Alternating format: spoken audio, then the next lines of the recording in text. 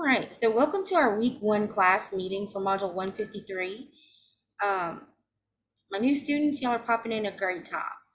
In fact, everybody on this call has joined the class within the last month, except for Peyton, I believe. I'm pretty sure, and Nicole's been here for a little while too. But all the rest of y'all are new to coding and new to the program. So y'all are starting today. We started module 153, which is CPT, applying CPT coding and its modifiers. And I've got a short presentation that we're going to go through. That's basically an introduction to CPT. And again, CPT is this manual right here, this big thick manual. All right, so for those of y'all that have gotten into Google Classroom, and most of y'all on here do not have this manual, there's a PDF version I got my hands on of this manual on the stream for module 153. It's like in the first post, and you can download it, and that'll help y'all while y'all don't have the manual. Y'all at least be able to go through the pages and see how it's set up and things like that. All right, so I'm going to go ahead and share my screen so we can jump right into it.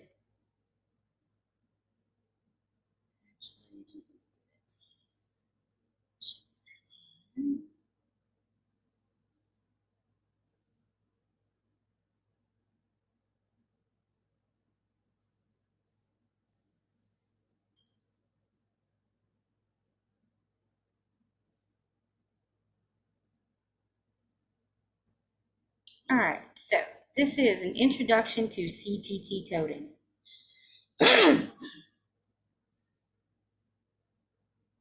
All right, so for today, we're going to do some quick announcements. We're going to hit the meat and potatoes, our intro to CPT, and then afterwards, we'll open it up, see if you guys have any questions or concerns, anything y'all want to talk about. All right, so some real quick announcements. It's driving me nuts. All right, so in regards to our blackout, we have been expecting the blackout for about 2 or 3 weeks now, and it has not happened. They are telling me that it is still going to happen. They just don't know when. It could be any given Thursday. This thing is supposed to go down on a Thursday and stay down over the weekend and be back up on Monday. But there's a third-party company that's transferring the data between the servers, and they're taking longer than expected, apparently weeks longer than expected. So that's what the wait is on the blackout. That's why it hasn't happened yet. But so we are going to continue in Google Classroom until our new system is up. You can, while it's still up, you can still go in eLearning and look at the PowerPoint presentations or news and announcements or anything like that, but I am not opening any assignments in eLearning at this time. And I will not until after the blackout is over. We will be 100% in Google Classroom for the next little bit until it's done. And I don't know about y'all, and again, a lot of y'all are new, but I like Google Classroom a little bit better than I like the My Unitech site. It's a lot easier to navigate to me. But yeah, so Google Classroom. And I've only got a couple of y'all, I think 2 students that have not been in Google Classroom yet and probably will not pass module 152 because they didn't do any of the work in Google. All right, so manuals. I do not have an update on the shipping of manuals, but again, I did put a PDF version that I got available. I got my hands on, and again, that's on the stream for 153 in Google Classroom. Those of you who are not finished with module 152, like today and tomorrow are it. It's going to close tomorrow night at 11:55. I've got you'll know I've got a deadline of when I have to have grades turned in, and tomorrow is the last day I can give. Okay, so if most of y'all are done, there's just a few stragglers, but if y'all have something crazy going on and that's why you're not completing the assignments, please let me know. I might could give you some grace on that if you communicate with me. But if you are still working on it, wrap it up. All right, our Wednesday coding classes will continue. And we're going to start CPT coding practice this coming Wednesday. I had to cancel yesterday because I had a sick child. I apologize for the late notice, but like at 3:45, she started throwing up. So at 3:55, I was like, we're not going to make it today. So I apologize for yesterday, but we are going to continue on Wednesday, this coming Wednesday. And then I think next Thursday Zoom, we should be back in the group with the whole program, with all the other instructors and stuff. And again, I'll post you'll know I post the link for that on the Remind app and also on the stream in Google. Right. So CPT, what does CPT stand for? CPT stands for Current Procedural Terminology.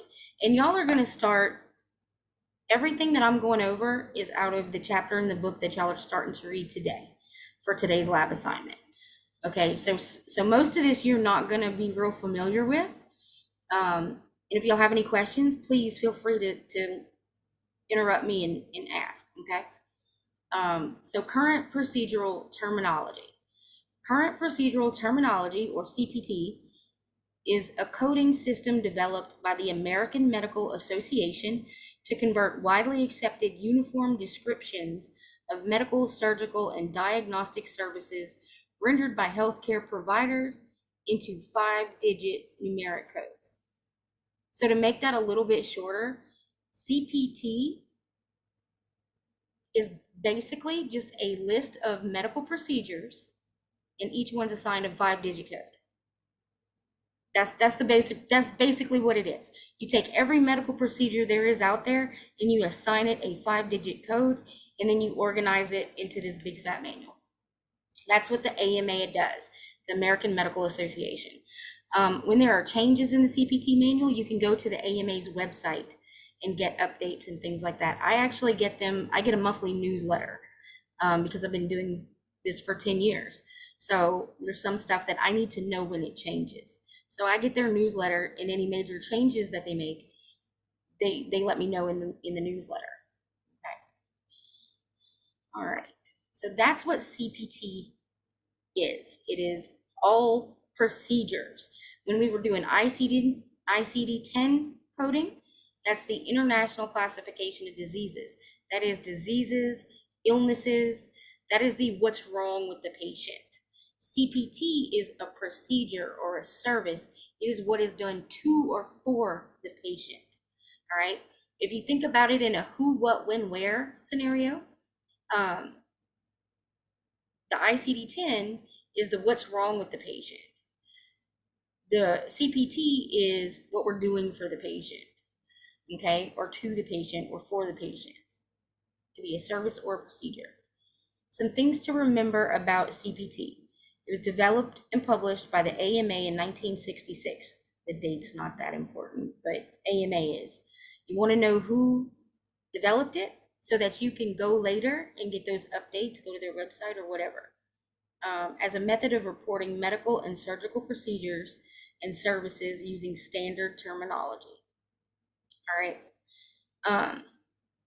The manual is updated annually to reflect technological advances and editorial revisions. All right. So just like the ICD-10 manual, the CPT manual is updated every year. Every year. As medicine advances and technology advances, and they invent more procedures, because they invent procedures every single year. The manual grows every single year. They have additions. Some procedures will replace older procedures. So they'll have revisions. They'll take stuff out too. Okay. So that's just something to keep in mind, that every year there are changes made. And that's why there's a version of 2022, 2023, etc. Is to acknowledge those changes. All right. And updated editions of the CPT manual are available for purchase in November. They generally release the updates in October for use beginning the following January. They let us know generally in October when something's going to change, and then we have to get used to that and start that change on January 1. So say you're working for your local doctor's office or clinic or whatever, and you're doing You're doing billing and coding, and you get a notice from the AMA or wherever that the one of the codes that you use a lot is going to change. Um, Sorry, I think that's a train going by. Um, what you'll want to do is make a note on your calendar for January 1st to stop using one code and start using the other. Because any claims that you file after December 31st using the incorrect code is going to come back to you. It's going to be a denied claim after that.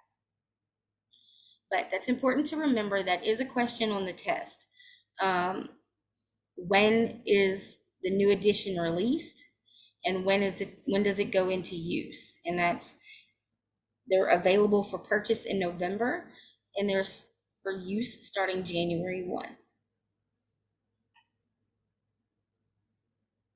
All right, so this is what your manual looks like, your printed manual when you get it. And my note on the bottom says you will want to tab your manual for quick reference. Just like you did with your ICD-10 manuals, guys, you're gonna wanna do the same thing for your CPT manuals. For my new students that haven't done this, basically what you're going to do when you get your manual, you're going to get some of those little sticky tabs that you can get at the Dollar Tree, Walmart, or anywhere that sells office supplies. And you're going to tab the crap out of this manual. And you can see in the pictures here, I kind of have it broken down. You may want to do it different. And I would like to redo my tabs.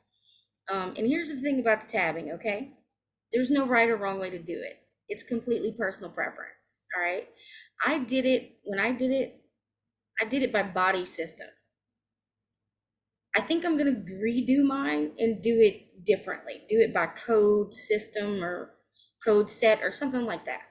I think there's probably an easier way to look things up than how I originally thought.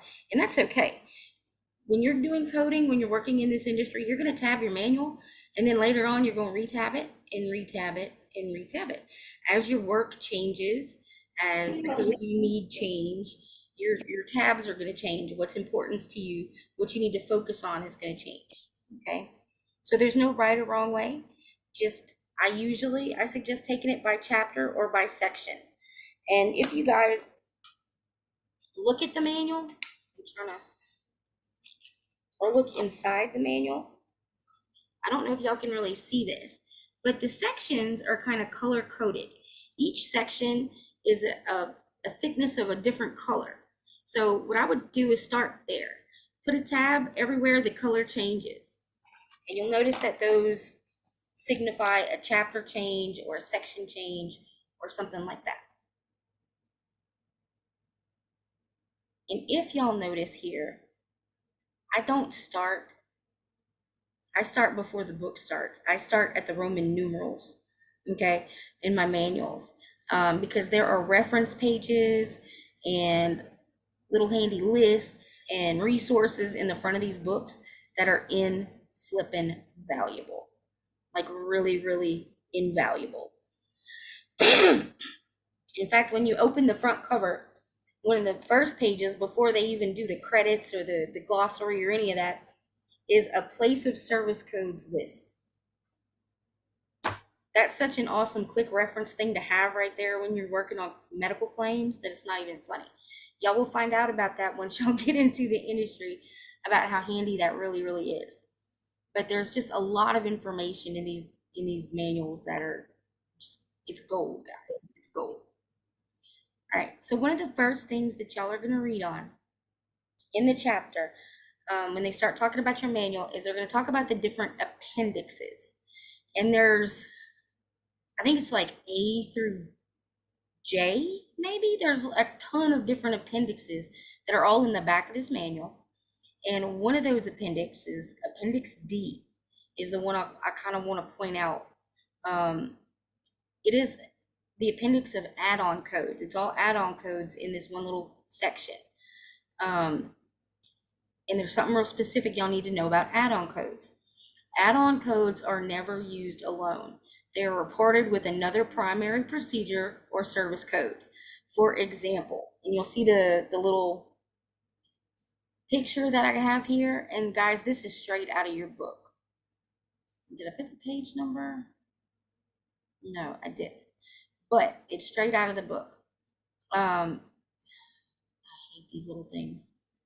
All right, so add on, for example, code 1100, and you can see it down here in the picture, describes a debridement or removal of contaminated tissue of up to 10% of the body surface. See 1100, and they have their little definition there, debridement of extensive eczematous or infected skin up to 10%. Okay. Add-on code 11001 is reported for each additional 10% of the body surface debrided or part thereof. Okay, so what that means is code 1100 is going to cover your patient for up to 10% of their skin. But let's say in their medical record it says they covered 30% of the person's skin. Well, then you're going to code the 1100, and then you're going to code the 11001 for each additional 10%. So that means you got to use it two more times, right? To get a total of 30%. All right. So there's a lot of different procedures and things that utilize add-on codes. There's things like vaccinations, and where each additional vaccination, you have to have an additional code for each one. So it's very important that y'all keep this in mind. And a great way to identify these guys is the little plus symbol. Just like your ICD-10 manual, your CPT manual is going to have all these little signs and symbols around the definitions of things. But I will say this. Most of my students, I would say 90% of my students, have said that CPT coding is easier than ICD-10 coding, simply for the fact that it doesn't have as many little symbols and placeholders or any of the crazy stuff that ICD-10 has. They say that CPT is a lot more straightforward. And I think that's why in the curriculum we do ICD-10 first, because it's harder. Once you get that out the way, CPT is kind of cake. So, but my new students, I know y'all are not seeing that yet, but you will get there. Give it a few weeks and things will start to really make sense more for you. All right. So code 11001 cannot be reported unless code 11000 is reported first. All right. So that's the other thing about add-on codes. They are never used alone. They are always used with that primary code. All right, also note in the figure that there's a note in parentheses that indicates that code 11001 can be used only in conjunction with code 11000. And just like your ICD-10 manual, all the directions are there, guys. If you can't use the code by itself, it's going to give you a sign or a symbol, or it's going to say it. If you need to add something to it, it's going to let you know that in one way or another, basically. All right, so any questions thus far? I know this is kind of Greek to some of my new ones. I know it, but just when you start reading this over the next week, it'll start to make a lot more sense to you. I promise. It's just because you've never heard or seen any of this stuff before. All right, so CPT sections. All right, so just like the ICD-10 manual, and I keep saying that because, guys, it's really, really similar. They're broken down into sections and chapters and then subsections and all that kind of stuff. The CPT manual is composed of 6 chapters into which all codes and descriptions are categorized. These chapters are called sections. All right, and I want to go through those sections real quick. They are evaluation and management, which is your E&M codes. That's all your doctor's visits, outpatient visits, counseling sessions, therapy sessions, different. Like the actual visit to the doctor, the actual patient seeing the doctor is a lot of the E&M codes. Anesthesia, surgery, radiology, pathology, and laboratory. That's probably my favorite section in CPT. And then medicine is down at the bottom. And you can see it lists out their code range. And again, this is all these little tables and things that I show you guys in the slideshow, this is taken directly from your textbook. Okay. All right. So the sections, there were 6 sections, are further divided into subsections, subheadings, categories, and subcategories. So also similar to ICD-10, it indents down, right? We just get more specific as things go on. Yeah, we're starting, let's say we're in the surgery section. And then we're going to say heart surgery, right? And then we're going to go and specify even more and say which heart surgery it was. Okay. And on the next slide, it shows a little bit of kind of how it's set up. All right. So procedure and service descriptions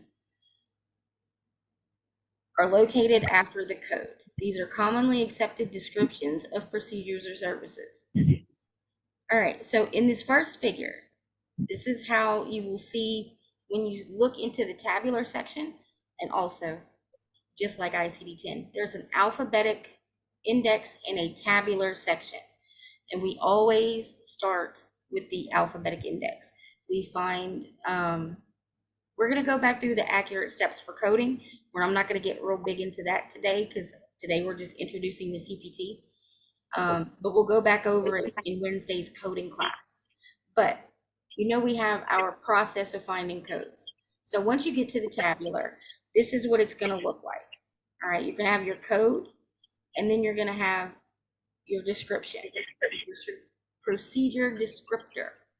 Okay. Drainage of finger abscess, simple.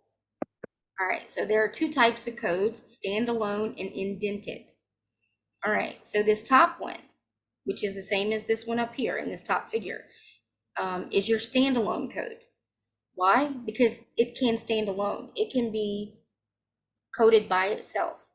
And it's basically the most simple version of the thing. Like your 26011 is going to indent down. Your standalone code is going to be like the top of the section, kind of. All right.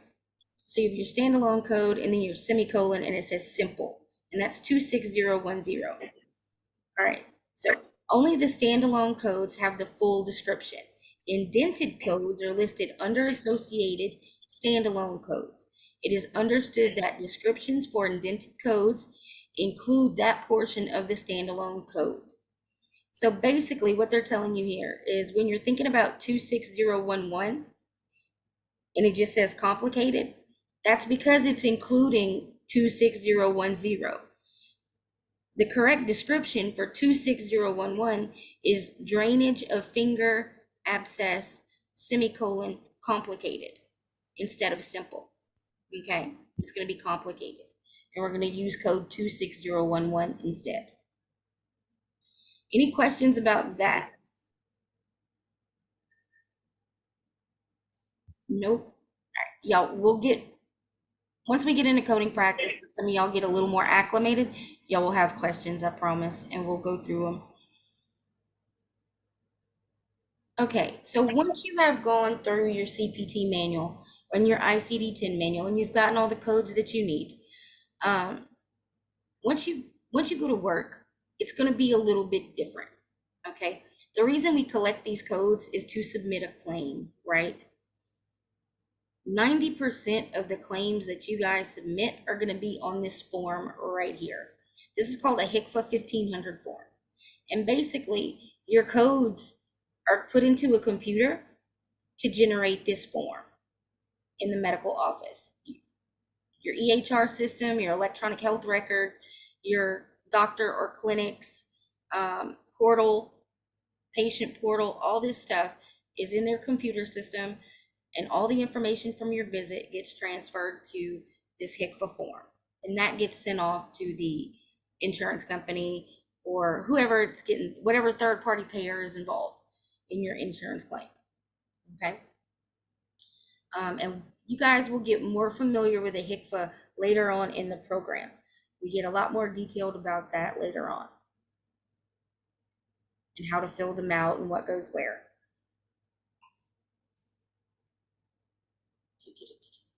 All right, so any questions or concerns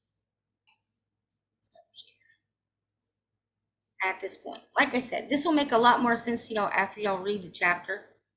So don't stress. Don't stress about it. I know it's kind of Greek today, but like I said, it will make more sense. And for my people that have been here for a little bit, Caitlin, Nicole, Peyton, Michelle, did that make sense to y'all? As compared to what you've been doing in ICD-10, y'all seeing the similarities? It's a little new, but I'm catching on pretty quickly. Good deal. Good deal. Let's see. Caitlin, Michelle, Peyton. It was easier. Easier, right? A little bit easier than ICD-10, not so involved, right? A little more straightforward. Yeah, it looked much easier. Yeah, absolutely. Yeah. But can y'all His 26 testify to chapters my compared new to like there's 1, 2, 3, 4, 5, 6, 7, 8 of y'all on here right now that are brand new, like have joined the program inside of module 152 and have never looked at a coding manual before. Can my older students, can y'all like testify and just reaffirm that what I'm telling them is right, in that right now it may be overwhelming, but it's not going to be like that for long. Just to trust the process and trust me. Yes, it gets a lot easier after you do it a couple times. And then you don't forget. Yeah, exactly. It's like coding is, to catch on to coding really well, it's a lot of repetition. So y'all will see in your daily lab assignments, that's where that repetition comes in, because that's where I assign your chapter exercises, where you get that practice. And right now, the ones of y'all that don't have coding manuals, that's why I put that PDF on there. That's going to help y'all out immensely, immensely. Now, I do want to mention that unlike the ICD-10 manual, the alphabetic index in the CPT is in the back of the book. It's not in the front. It's in the back for some reason. No idea why. It doesn't make sense, but I didn't write the manual. Nothing I can do about that. But it's in the back, not the front. But, all right, so I'm trying to think if there's anything else we need to talk about today. I don't think so. I think that's about it. I wanted to briefly introduce y'all to CPT and a little bit of what you're going to be reading about over the next week and kind of clarify some of that. Any questions, concerns about anything? Not just CPT, but anything having to do with the program, your classes, Google Classroom, anything at all. Ooh, everybody's good? Peachy. Awesome. We can wrap it up a little bit early today. All right, as always, guys, thank you so much for your time. I really, really appreciate y'all being here. I think I had a couple of y'all that popped in late. Latrice, Michelle, Caitlin. I know I did. I was driving. This is Latrice. Okay, thank you, Latrice. Caitlin. All right, I think I got everybody else. All right. Well, again, thank y'all for your time. If y'all have questions throughout the weekend, throughout the week, whatever, text me and we'll get it taken care of. Again, wrapping up on module 152 is vital between today and tomorrow. Okay, guys? So, all right. Well, y'all have a safe and blessed weekend. And I will see y'all next Wednesday. All right, you too. You too. Have a nice night. You have a good day. Bye. Thank you. Look at that dumpling.